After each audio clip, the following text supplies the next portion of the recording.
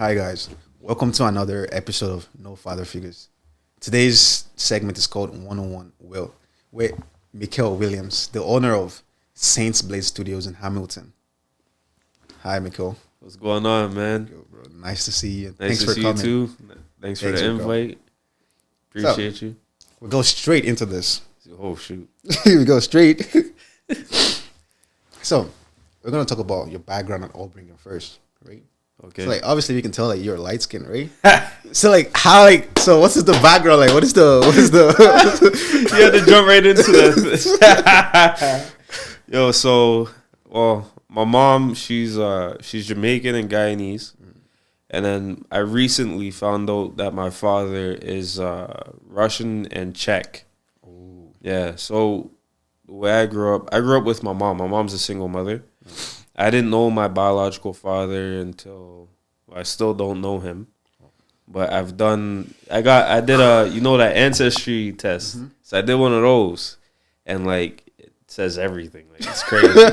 Like that stuff is crazy, bro. What do you mean everything? It says everything. Like you get matched up with family members you didn't even know it was your fams. Like, oh yeah. So I found my aunt on there, who's like my actual biological aunt. Oh yeah. It matches you with people like that. So I reached out to her. I was like, "Yo, I'm this and this, yada yada." And it turns out like her brother was my dad. So she told me like everything. Like it's crazy, bro. Shit. Yeah. Man, that is a terrible way to start this podcast because I didn't know it was not your life. Yeah.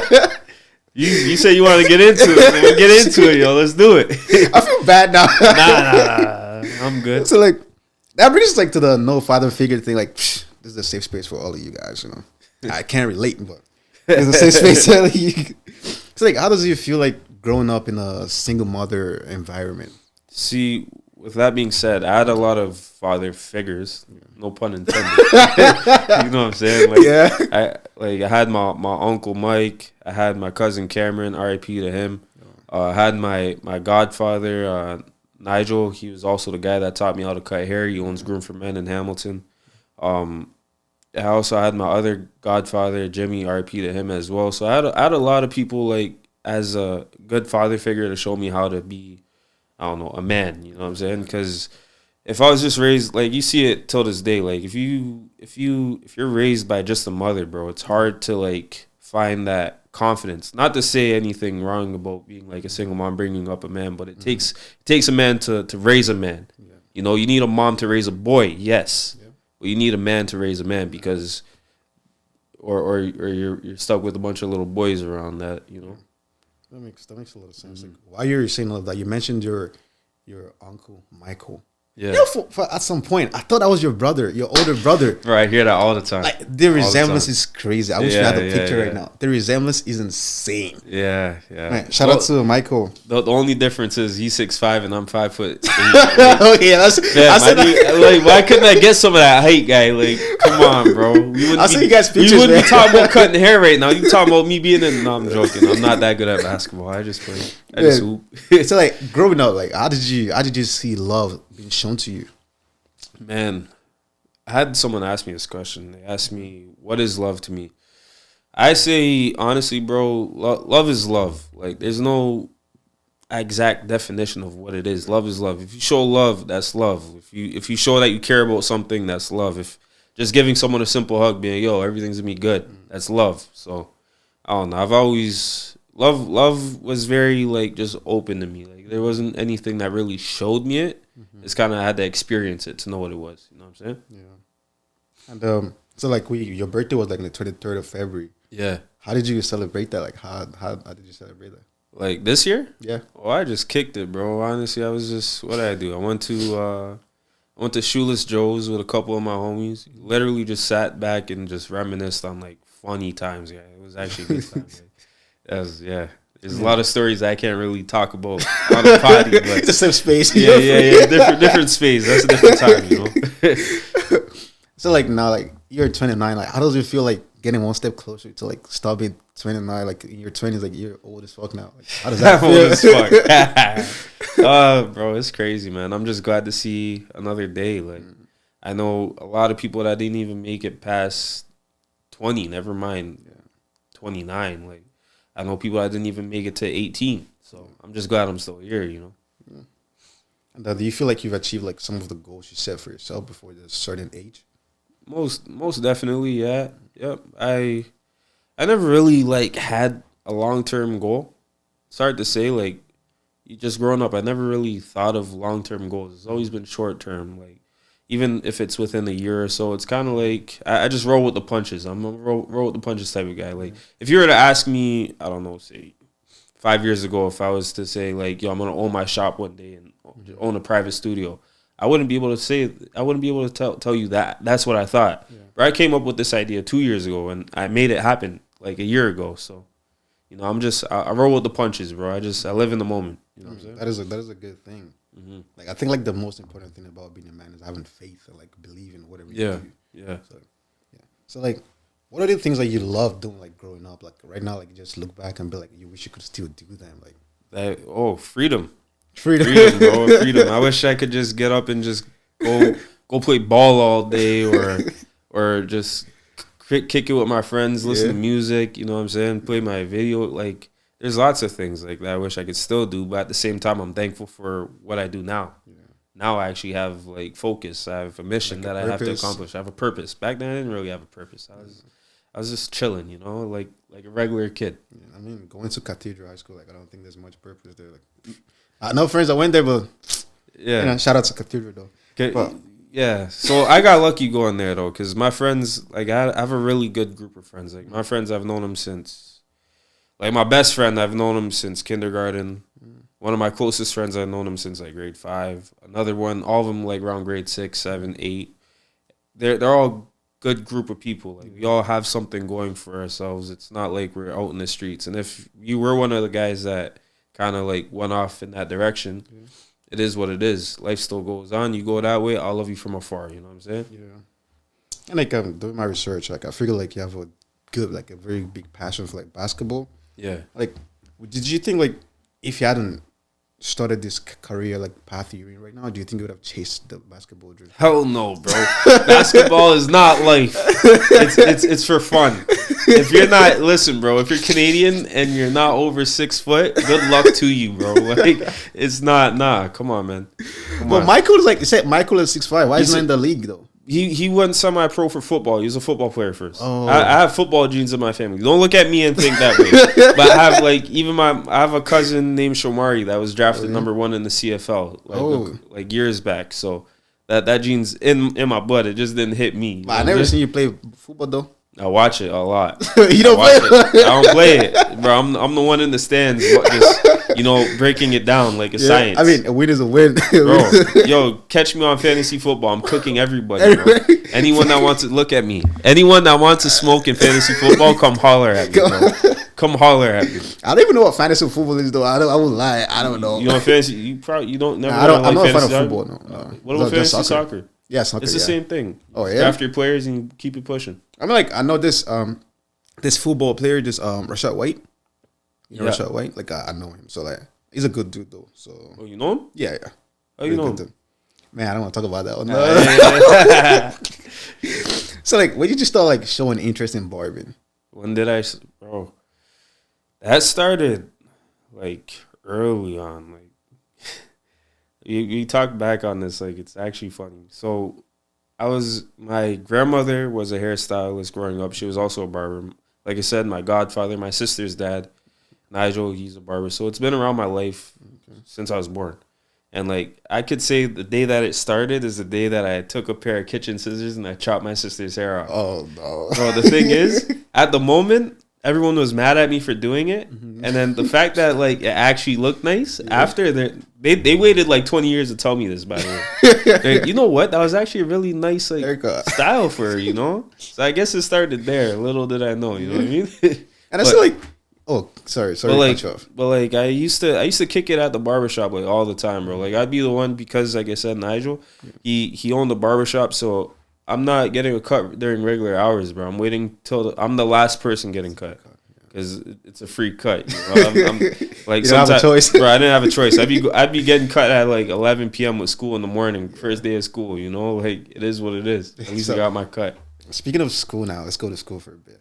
How was it like growing up around like all of this your friends. Like, how did you guys even like become super How close do you friends? go? I would say the building I grew up in was very, very like cool, man. Like I grew up in 21 Sanford. You know that building, the one across from Cathedral City. Oh yeah, yeah, yeah. So I grew up there, and they always had like after school programs set up. Like at Pinky Lewis, they had we call it game room, but it was run by Kiwanis. So it was very like that building. There's a lot of young kids there, right? So we all kind of just meshed together. We'd go like summertime, we're outside playing any sport you could think of. Wintertime, bro, we're playing chase around the building. Like that building was a jungle gym for us. You know what I mean? Yeah. And they just, I don't know, we always just we became family in a way. Yeah. You know what I mean? So yeah. So like, and I see like you like taking photographs. Like you're a photographer on the side too. No, you're the photographer, bro. I see your work. You're good. Like, what inspires you though to like take photos? What And your inspires pictures are like in black and white. Like, what inspires that? What's the story behind that? I don't know. I really like that style of photos. But I would say photography is probably like my art side coming out because my great grandfather, he's a photographer. He used to do a lot of like wedding photography and stuff like that. My mom as well, she was a photographer like when I was a baby and stuff. So like if I go back, like my mom has like bins full of like photos, bro, bins. So like most of all this, your interests like barbering, photography, all came from the family. Yeah, Everything's it's from the family. weird, bro. It's weird.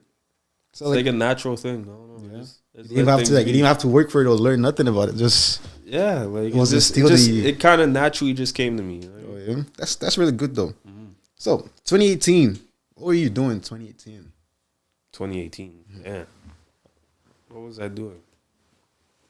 2018. Yeah. That's a good question. I was probably partying, and then I was also expecting my son midway. So it was a little bit of both. I think that's a lie. That's Huh? a lie. That is a lie. That's a lie? What do you mean that's a lie, bro? What was I doing? 2018. Yeah. You won the barbing competition. Okay. Yeah. Tell me. Let me see this.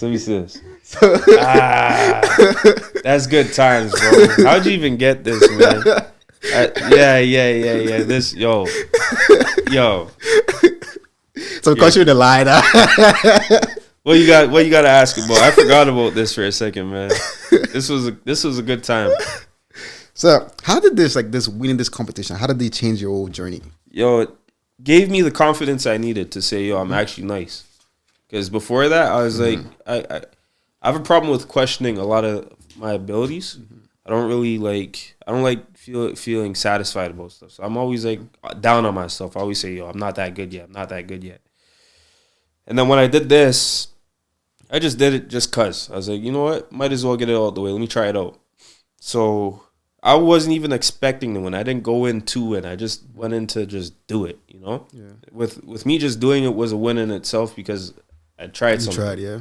And when I won it, I'm like, yo, I'm really nice at this, bro. Wow. Like, I didn't get satisfied, though. Don't get me wrong. I never got satisfied. I still said, you know what? I could have done better anyways, you know? But, yeah, no, this was sick, bro. Like, And then how many people did you go against like doing that competition? I believe that competition I was up against anywhere from 20 to 25 people. I can't remember exactly, but they were all around Canada. I had some guys from, like, the States. Pretty sure one was from Mexico and stuff like that. Yeah. Like that's a really good thing. And like when I met you, right, you used to like call here at the Split Ave. Split Ave. Yep. And like, it was like a lot of people in there. How was that like working with other barbers? Like, Oh, bro, I've worked with a lot of barbers my whole career, and that's probably what got me to open up the studio that I have now which is just 2 chairs in it, because I don't like being in a big public area. I like being more enclosed, more private. You know what I'm saying? Like, I get very anxious in like you're ever in a cafeteria or a food court and you hear like a bunch of voices and stuff. Yeah, I hate working in that atmosphere, bro. I hate it because I can't focus on what's right in front of me. You know what I mean? So like how is it like now, like having your own spot, doing bro. your own thing? It's paradise. Right, Paradise. it's peaceful. I love it. It's peaceful. It gets lonely sometimes when I'm not, like, if I have a break or something, bro. I'm literally just sitting there in the chair, just like, what do I do now? Like, yo, should I put on a movie? Like, you know, I'm always playing around saying, yo, I'm gonna get a puppy for this joint, so I'm not by myself anymore, man. You know? Yeah. And 2019, right?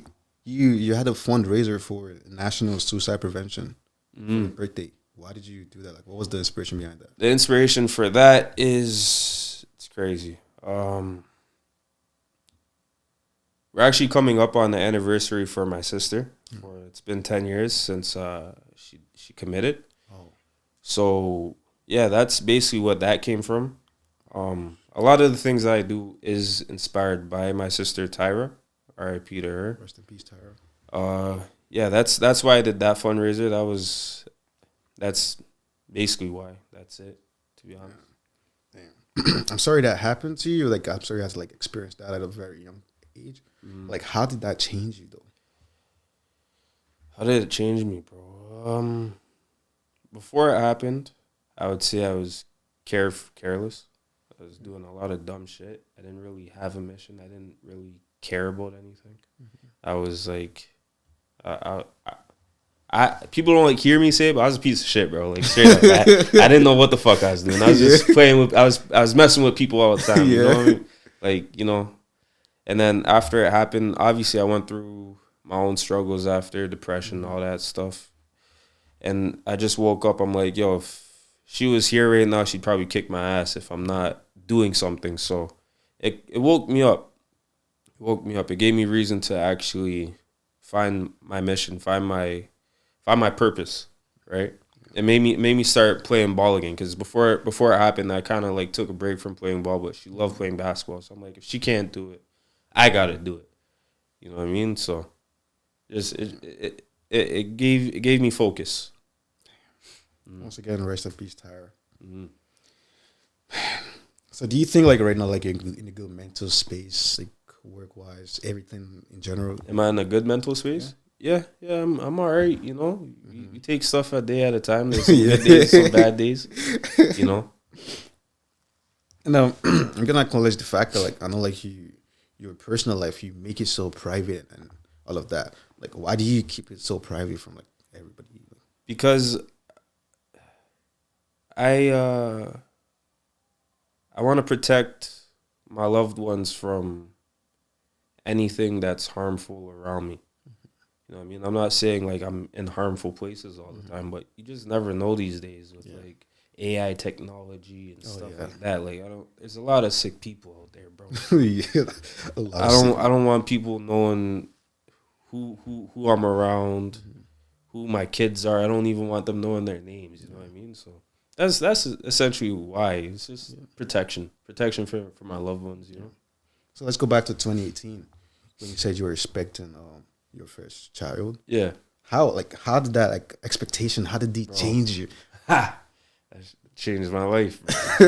That's another one. As soon as this guy was on the way, bro, like I said before him, mans were out. I was outside. I was partying, like clubs every weekend, bottles every weekend. Like, I was living with my best friend at the time, Paulo. Shout out Paulo, yo. It was a good time, man. It was a good time. Yo, I'm telling you, bro, when we went to the club, it was one time we went out for his birthday.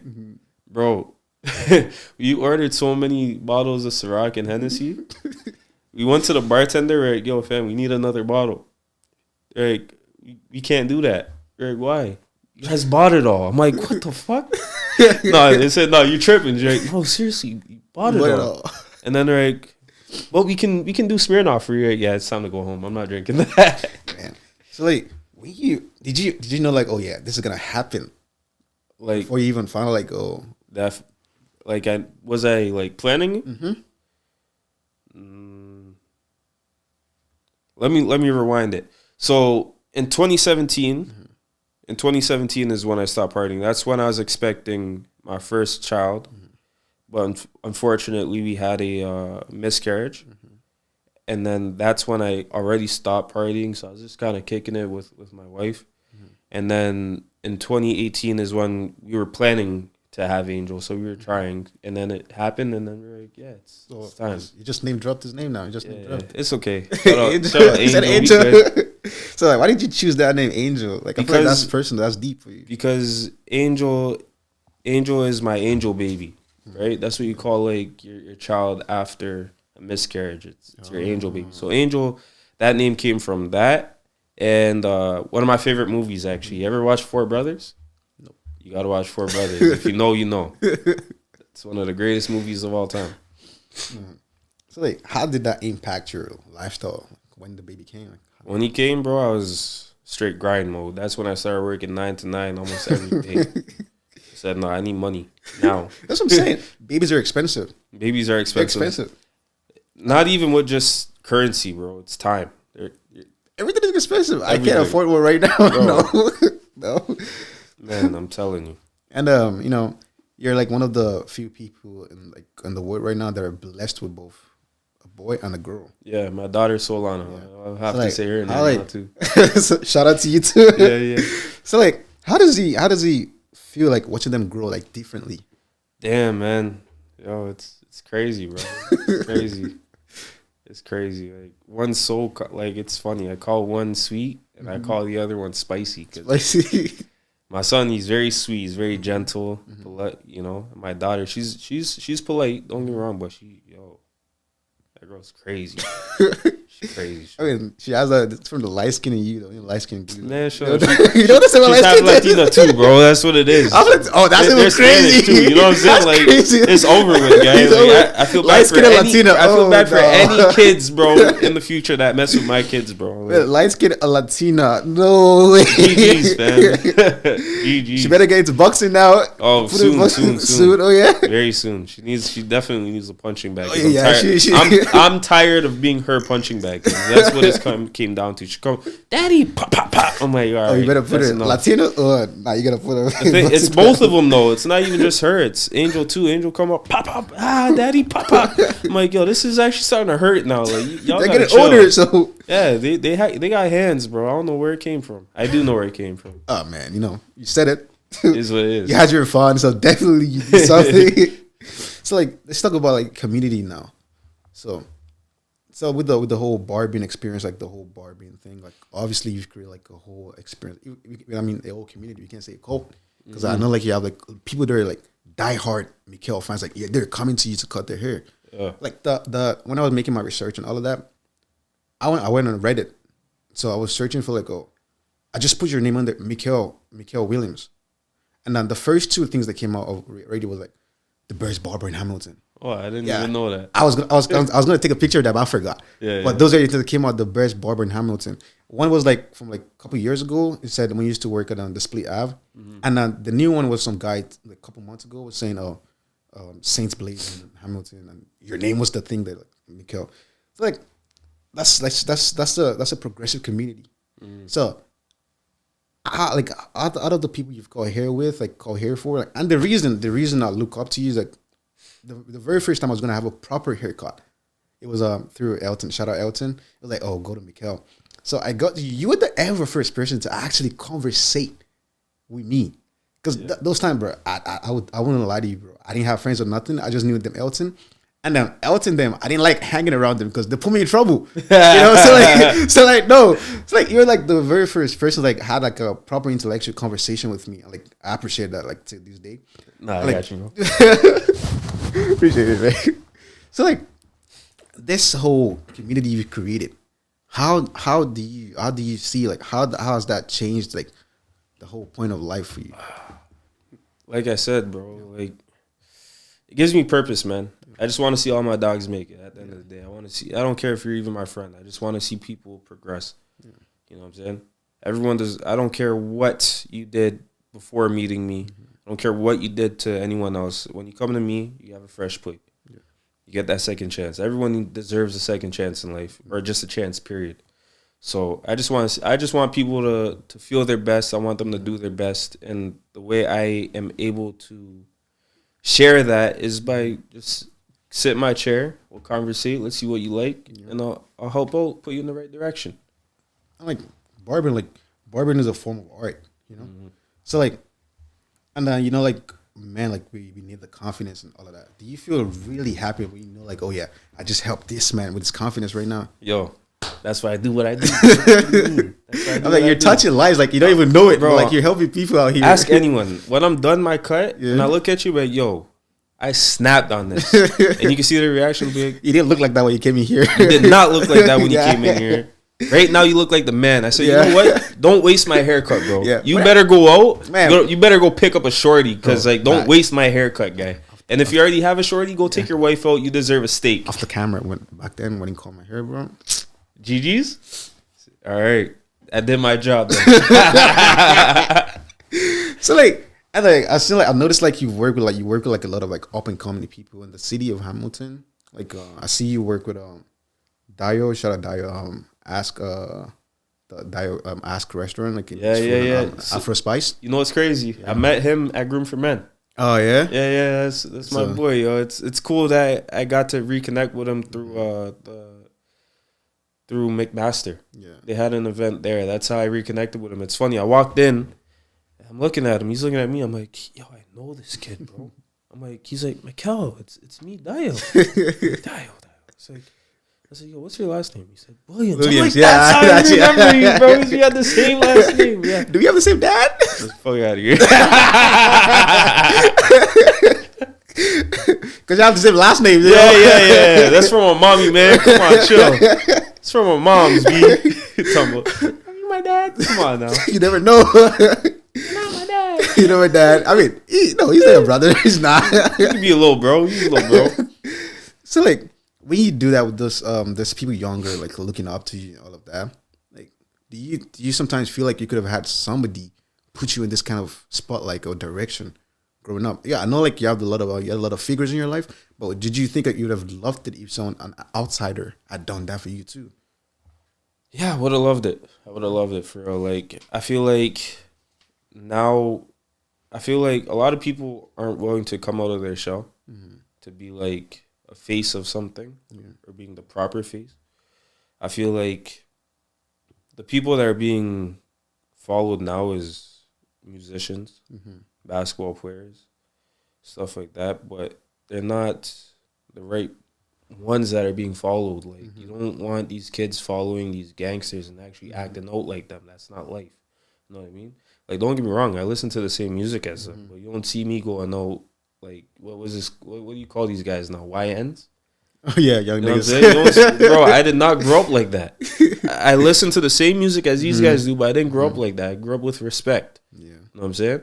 And what had me walk around with respect is I had leaders around me that I wouldn't say I feared, but I respected. And in order to get respect, you got to give respect. Yeah. You know what I mean? And I feel like there's not a lot of people out there that are leading these kids in that direction. So I'm trying my hardest to just get my foot out there to say, yo, I at least got to change someone's life. Like, at least I tried. You know what I mean? Because the way it's looking right now, bro, it's like I said, I got a son, bro. I'm trying to make sure the world is still a good place for him. You know? Like, speaking of like fear, or people you grew up around. I know like you're from you have the Caribbean in you, right? Did you like get your ass whooped like growing up and stuff like that? Yo, yeah. Come on, dog. Yeah. I'll see it on Kim. My mom used to whoop my ass, bro. My grandmother whooped my ass. Everybody whooped my ass. Everyone took turns whooping my ass. I ain't give a fuck. Whatever. Built character. Some of these kids need their ass whooped. Bro, a lot of them need their ass whooped. No cap. A lot of them need their you could tell a motherfucker that didn't get their ass whooped, bro. Man. Just by looking at them. You need your ass whooped, You need bro. your ass whooped. But like right now, like what would you like to see change in like Hamilton to be specific? What would I like to change? Yeah. See, bro, we need more community centers that are set up almost like the way that I had it when I was grew up. I always had something to do after school. I always had a gym to go to after school. I always had some type of even dance to go to. Like, that stuff was so much fun back in the day, and it kept you out of trouble. When you give these kids something to do, it keeps them out of trouble. You know what I'm saying? Yeah. When you don't have anything to do after school, your mom is probably not going to be home. Your dad's probably not going to be home because they're probably still at work. What are you going to do? You're going to act a fool. That's just being a kid. Yeah. So in order to keep these kids out of trouble, you need the community to do it. Yeah. You know what I'm saying? So like speaking of this community and the kids, so like this is your job now. I know like you take it like full time. How do you balance that fatherhood life and your job? I'm still figuring that part out. I'm still figuring that out. Nah, but so my wife and I, we have it set up where the days that I'm off, I'm full time dad. Like my phone's on do not disturb. Don't call me, don't text me, don't bother me. Don't expect me to respond to you until like I'm actually free to respond to you. Because my days off, I'm just with my kids, bro. Just kicking it with them. I'll take my son to school. I'm spending the day with my daughter because she's not in school yet. And then when Angel's done school, we have a movie night all the time. We'll go out to the park. We do everything, anything that I can fit in those 2 days, because those are the days I have off. Is the two specific days. Those are my dad days. They barely see me after that. Like from the day I start working to the last day that I'm working, they see me in the morning if they're lucky, and then at nighttime they're seeing me because I'm putting them to sleep. So like you've been in your kid's life now, like like this is what you chose to do that. Like that's what you want to do. So they have like that experience of having a father figure. So like did you sometimes just wish like, oh yeah, this man, my father had like stayed in your life, like stuff like that? Nah, I don't. Nah. I see my father, bro. He taught me one thing. You know what he taught me? What to not be. You know what I'm saying? Yeah. Go the exact opposite way as him. You know what I'm saying? So I don't wish he was there, because if he was there, life works in mysterious ways. Okay, imagine he was there. Little do I know, he's. I'll be straight up. He's a crackhead. He's on drugs. He has schizophrenia because of drugs. Do I really want to see that growing up? No. So thank God he wasn't in my life. You know what I'm saying? Yeah, I understand that. So if he was around me, then that's what I would have been around. Yeah. So fuck it. He could stay there. He could stay on that side. All the love to you. Thanks for staying out of my life. You taught me enough. So like speaking about you just opened a new topic. Like speaking about the drugs, right? Like we know like Hamilton now, like it's like the home of like things like that or whatever. Like what is your take on that? My take on that: life is about choices, bro. Yeah. Life is about choices. We all go through shit. It's your choice to light up and hit these drugs, bro. It's your choice. I don't care what anyone says. You could tell me, oh, you're going through a mental episode and da-da-da. I know what mental health is. I go through it every day of my life, but I choose different. Life is about choices. If you choose to do drugs and you're looking at me for sympathy, you're looking at the wrong person, straight up. But like, do you think like some people actually want to do those drugs? Like, do you think it's just that circumstance? Like, bro, like I said, it's your choice to go like this. I can't do that for you. Yeah. It's your choice to inject yourself with shit. Yeah. So obviously you want to do it. It's a want at that point. That's shit. It's not a need. But like, that still brings us back to the mental health. Like, some people like, this whole stigma like, oh, men have to be strong and all of that stuff. But like, we can't all be like that. No, we can't. You're right. Like, and some of us are like weaker than the other typical man. So you look for the outlets that will properly help you. So what would you suggest? I suggest therapy. I go to therapy myself.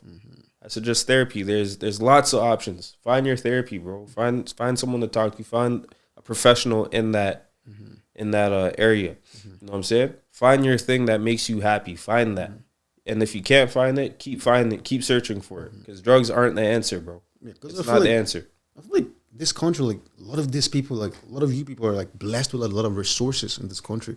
Like when I was in Nigeria, like I didn't really know much about like mental health, like therapy or all of these things. Like all of that. We just have to like just came from the place like just thug it out. That's just being a black man, bro. Like so, like as a black person, I mean, you can't really say black person, You can't really. No, we can, bro. No, you're not black. As black people, we need to start.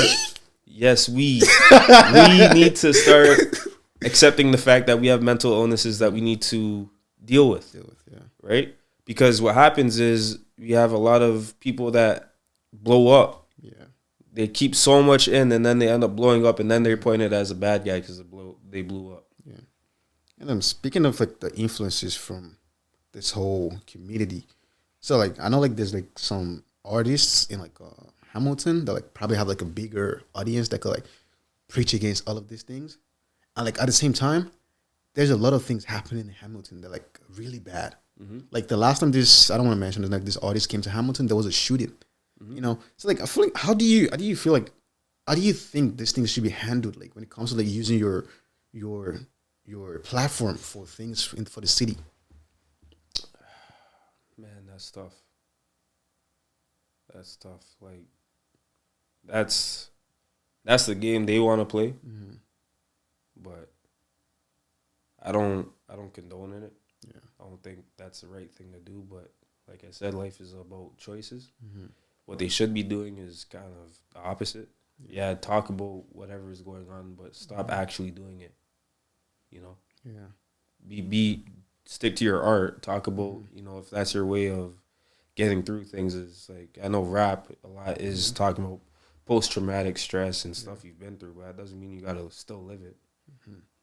Like you're the first biracial person coming on the show, right? It's like how was your like experience like the general word growing up with the two, like you come from like two words, right? Like how does that shape you in the society? Oh, you mean like light skin? Yeah. Nah, like I said, bro, I grew up with my mom. I don't know how to explain that. Like there's a lot of stereotypes about being black and Mexican and all of that. Yeah, bro. Like it was just a joke to me. I didn't really care, bro. I'm me. But you didn't feel discriminated. I don't act black. I don't act white. I act as myself. And that's it.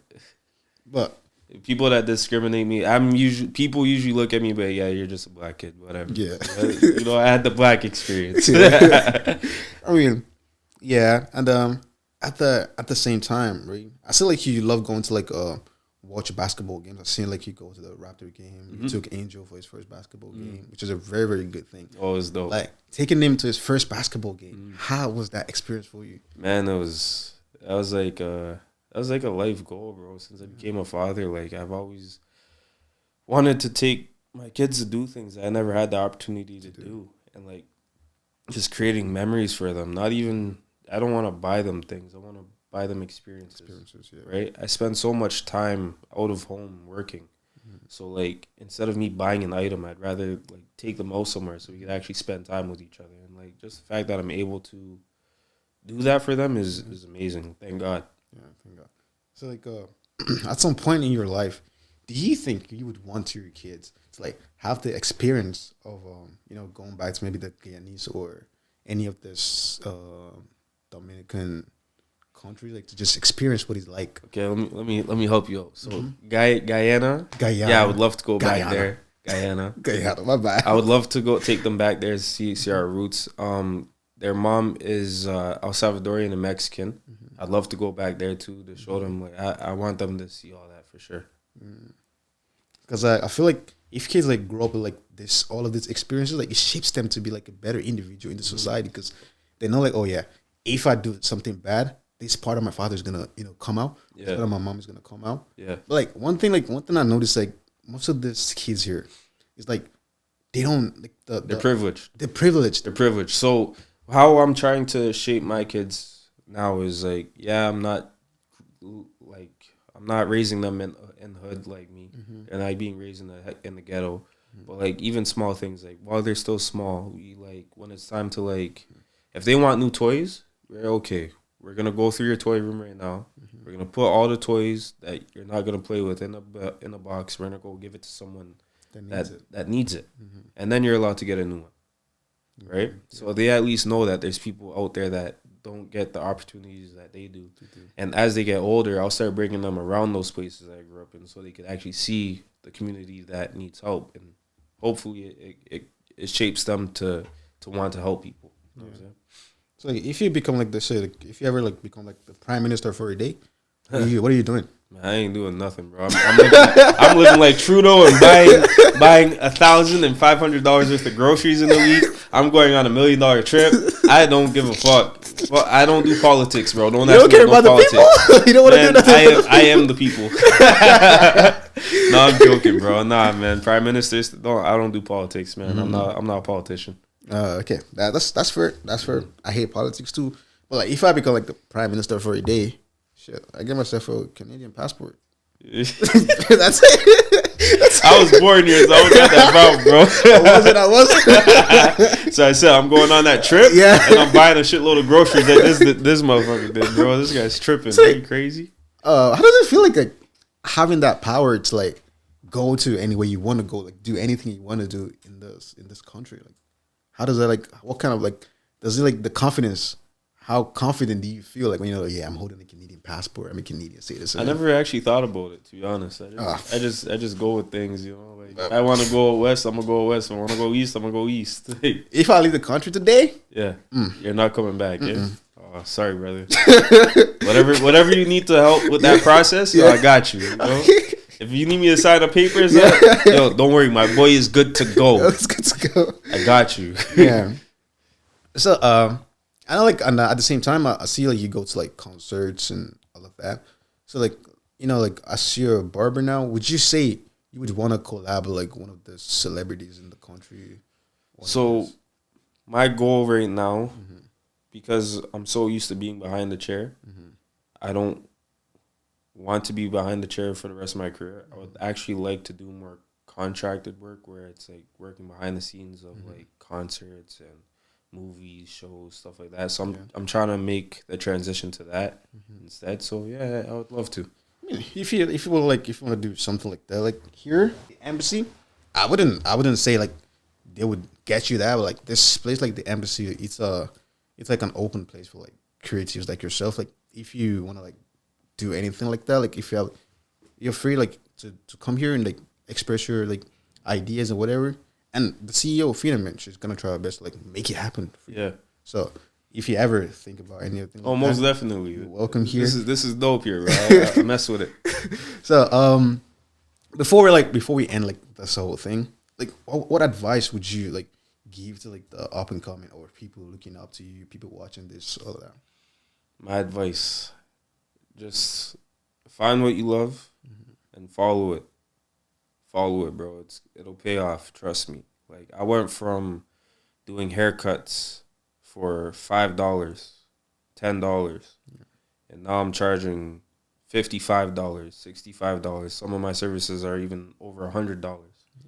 I went from making fucking I don't know 10K in a year to being happy about making 37K in a year. Whereas now I'm not happy if I make less than 125 bands in a year. I'm not happy. I'm not satisfied. I'm actually upset that I made that. I need more. Yeah. You need more. I need more. More like, bro, life is so short. You gotta follow what you love and you gotta just do it. Even if you don't make money, never mind the money. If you just follow what you love and it makes you happy, just do that. Like straight up, bro. You don't want to be one of those guys in an office. Yeah, you're making money, but are you miserable? You're miserable. You don't want to be miserable. My shop is very different. Like, I don't have employees working with me. It's just literally myself and my wife. And that takes a lot of the pressure off of having expectations from other people. Because when you start working with other people, you have expectations that they need to do this good, or they have expectations from you that, you know, you got to feed them, right? I don't believe in that with cutting hair, for example. I believe you want it, you go get it. You know what I'm saying? You want money, you go get it. So with the transition being my own boss, my own like owner, we'll say, it's smooth because I don't have people working underneath me. But what I do promote, what I like to talk to other like barbers around me about, I like making sure that they know that they can make money in this industry. Right? I will lead them to the position that I'm in. I don't want to see these guys only charging $30 for a haircut. I want them to start charging their worth. But, you know, as time goes on, everybody's about growth. Yeah. Right? The brand, your business is going to grow. It's going to grow, yep. That means you still, like, have to get people that will work under you. So the next step for me is, like I said, I want to start doing contracting work. The next step for me is I will end up opening up a shop. But I probably won't be hands-on in there. I'll be there to be a mentor and a leader and show these guys. I won't even have them really work for me. I'd have them work in my space and we'll work together, right? I don't want to be anyone's boss. I don't want to boss people around. That's not me. I want people to feel free. Free around you. Yep. Exactly. So that's there's two goals that I have. It's to do behind the scenes, and the other one is to open up a shop where people can feel welcome. Yeah. And at one time, like I seen you call here for like this guy's play for Tiger Cats. Yeah. How did that happen? How did you get that connect? Like, Bro, I don't even know how that happened. So my boy, shout out Trevon Tate. That's my dog, bro. He's the first Thai cat I ever cut. Ever since I cut him, yeah, I started cutting all of them. Like I cut a lot of these guys, bro. But the guy that I definitely got to highlight is Trevon Tate and Jordan Murray. Those guys were my day ones. I'll never forget them. Those are my dogs. Like they live out in the States. Jordan still plays for the Ticats. Trevon's on Saskatchewan now, so I got nothing but love for those guys. They really put me on, man. Like whenever they come to the city, it's you still you know I got them. They're coming 100%. They're coming to me. Like if you start cutting hair for like this professional athletes, artists, and all of that, are you gonna quit like cutting hair for like regular people like us? Or? No, man, no. Everyone's welcome, bro. So be short. Bro, everyone's welcome, man. Don't switch up on us. Yo, we all bleed the same, man. Yeah. We're all human. I don't care about if you're a celebrity or not. If you don't care if you got $1 billion or not, bro. You're no different from me or the next person that has $0 in their account. We're all people. Everyone is welcome, man. Come pull up. Yeah. So now, as we've come to like the end of the podcast, I'm just gonna be leaving you guys with a few advices, and first of all, man, whatever mental problem you're going through, I would just advise you like talk to somebody you trust, talk to your friends, talk to people. Don't give up to your problems or whatever. Rest in peace, Tyra. Everybody going through something. Please talk to somebody. Suicide, it is hard on the people you're leaving behind. And I'm sorry that has to be like the way you chose to do it. And I hope you're resting in perfect peace. And please, man, if you're going through any mental stress and you think about taking your life, please talk to the National Prevention. They're working 24/7. They're always there to guide you and help you, whatever you need. Second advice is chase your dreams, man. Chase your passion. Don't let anybody's negativity affect yours. Just do whatever you want to do. And the third one is networking. Your community is so important, whatever you do. One good person from your community can help whatever you do and make you become really, really successful. And please, man, don't ever look down on nobody. Take care of family. Be a good father figure to the people around you. Thank you. And I would like you guys to follow Saint Blade Studio on Instagram. Go cut your hair. Ask for anything. He's always willing to help. Always willing to have deep conversation with you. Gonna cut you 100%. If you're a guy and you're in the streets, he's the guy to cut your hair for. Trust me. Speaking from experience. And if you're a girl, same thing. And follow our Instagram, No Father Figures. Like, share, and subscribe to our YouTube channel. Thank you. I will see you next time. Appreciate you. Yeah.